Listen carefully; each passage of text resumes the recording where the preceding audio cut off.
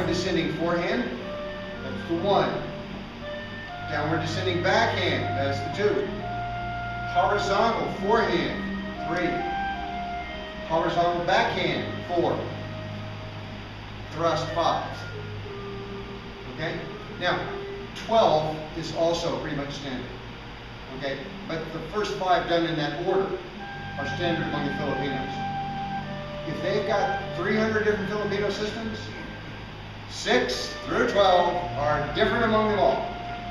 Okay, that way they all agreed on the first 5, but that way they could play with whatever they wanted on the ones that followed. Okay? What I did was, there's a website, you go to the Orlando kuntao page /Numerado. Okay? And you get this little text here. And it's 1 through 12. Indicates whether you're going downward, upward, side to side, okay, whatever you're doing, which way you're going with it, right to left, for example, in the first one. And then there's strike and switch and strike. There's switch and stick. This is stick. This is stick. This is stick. Okay?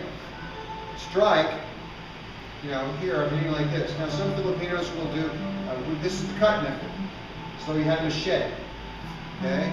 Some will do this, what I call the ricochet method. Here, bing! Okay?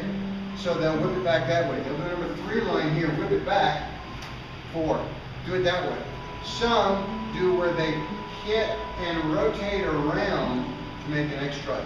So they'll come down here and they'll hit, rotate around their heads and come down this way. I call that the umbrella. Okay, it's like an abanico, but it's not. The abanico goes this way. It can go here and down. It can go up and down. You can go up, down, back up, across, down. It's like, you know, bing, bing, bing, bing. That's what you're sort of getting, is where it bounces back, okay? It's a good thing to have, but it's not the best thing to have, okay? Ching ching pow is still the best thing to have, okay? It's always better.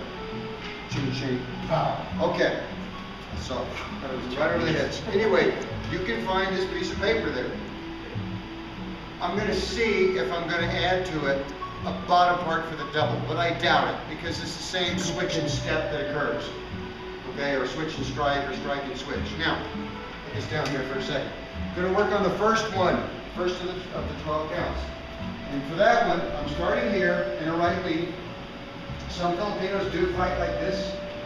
Okay? Only seen one guy do it, but that means that others do it. Okay? It's just like you're fencing, so the same idea with the weapon in front of me. I want maximum range. So what I'm going to do is I'm going to get to where I can just touch this right now, just so that you can see what we're talking about. The first one is a downward descending forehand. Okay? It's a forehand, not a backhand. So you understand where the term's coming from, right? I'm going from right to left. So I'm going to strike, bring it to here, recover like so. I don't move, don't switch feet, anything like that. Now the next one I'm going to switch feet. But if I switch first, I can't hit the glass, can I? I didn't back up. See my lead foot?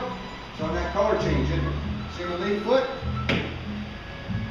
Why? Because I'm able to add the shoulder. Okay? If it's in this hand, I can't reach it.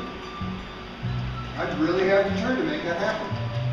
So the switch is designed most of the time to allow you to hit what you want at the greater range. Okay? So I did the first one, downward descending, and I pulled it back to here. Now I'm going to do the second one. I'm going to what we call strike and switch.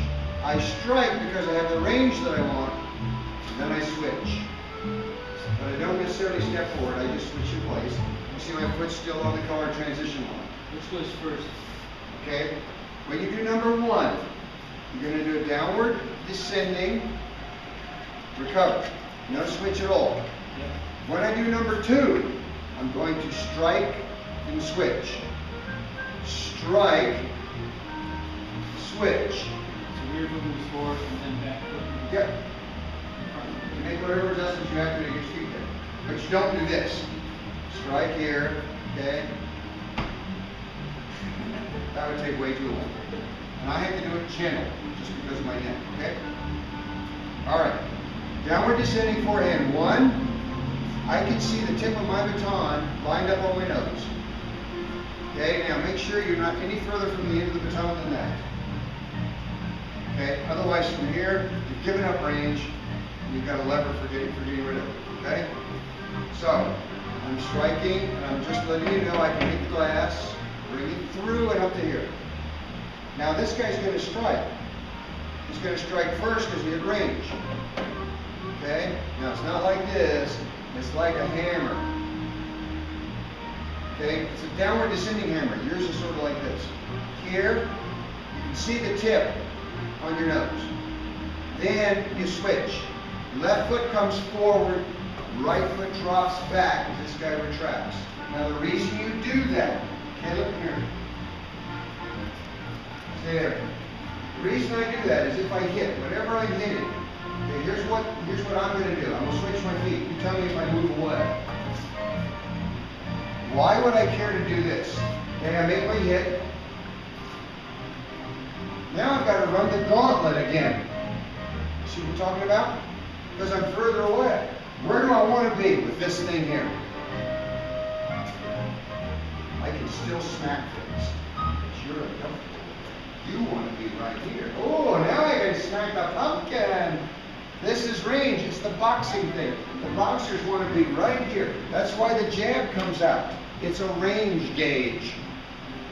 Okay? So that they can hit out here and know, okay, I can hit it now. Wham! With the power hand. Okay, and smart boxers would use the range gauge to stall people. Okay, Muhammad Ali was fighting, God, always have the toughest time remember that guy. Short. Sonny Liston. Yes. He was fighting Liston. And Liston he was the guy that was really aggressive. He'd go right at you. And every time he went forward, Ali timed it. Bam! And it was like, crack! Crack! He never got close enough to hit him. So they used the gauge well. Good boxer would. Okay? Filipinos, this is the range that I want. Unless you study Serrata Eskrima. They'll get a baton that's this short, and they're still whacking it. And you're uncomfortable because, wait a minute, how is the range? See what we're talking about? So the Filipinos who do use this, once they close to whatever they're comfortable with, they stay there. See what I'm doing? I'm still staying here. I stay here. Okay, I make my hit, I come up to here, whack. I come up to here, whack.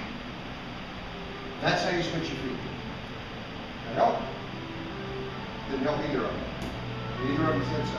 Yes. Yes, it helped Bill. Okay. I was wondering about that, because when you bring your foot up, you lose your base. True, but hang on a second. Put your foot back where it was. Now draw your feet back. Draw your lead foot back. Did you lose your base? Well, but the difference is, well, when you do this, you can only go forward. When you move this, it's easy to move on back. Okay, fair question. So here I am with this position here, okay, and I've made my strike. Okay, I come up to here. Boom! Go ahead, push me backward. Because it's not like you're going to go hit him and then go. It's going to happen really quick. Second, you're softening him up in the process. I'm whacking you before I get there. Okay?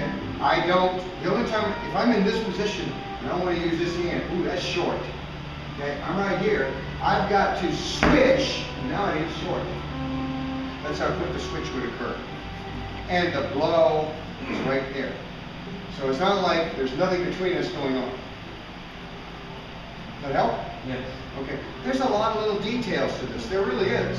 But when you get it, but there's a lot of little details to shooting. Ching ching pow. Okay. There's a lot of details to that. If you don't practice it, you'll never hit the target you're going for. Okay? Baseball bat, no details. You can have your baseball bat. I'll let you pick your range, and I'll have my .45. Lots of details. Got to have it cocked, locked, ready to go. All those things have to happen. Got to have it pointed in the right direction, etc. Which do you want in a real fight? Baseball bat or have the bad guy have a .45? It's a simple choice. Okay? That making sense? Yeah. See where we're going? All right. So back to where we were. Number 1 line, I stop for just a second to make sure that this baton, the tip of it, is lined up with my nose out here. Okay, now it won't be like this, straight up and down. It's going to be like this, because the line is like this. Now, Bill, follow through with the line. Just bring the line through like this. Freeze right in the middle. Now you got closer to what you're doing. 1, 2, 3, 4, 5, 6, 7, 8, 9, 10, 11, 12. So you come down here, block, do the abanico. I'm going to hit the last 6 inches of my baton with the last 6 inches of his baton. I come down, I can hit the neck, hit the collarbone, pull it in, slap it down. Hit, boom.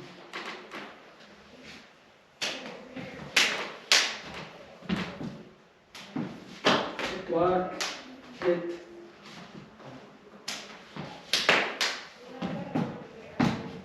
What I like about the abanico is you do that hit, boom. So this get a lot of velocity in that. The 2-hand grab, and he's going to push. Now I can just go with it here, which I am, but what I'm going to do is as he pushes, my left foot slips back into a horse stance as I do a vertical punch right here. My left hand is covering here. I should have a good head, hip, heel alignment here. If I don't and I'm here, he pushes too hard, I'm just going to go back. So I got to get that lean. So he comes, he pushes. I like to ride in the Zai-Fori process. Then I'm going to come up into here, I'm going to do a small little seat. My right hand is going to go up and out, and my left hand is going to go down and out. It's here. And then I'm going to go 1, 2, bam. I can do many things after that. But the idea is just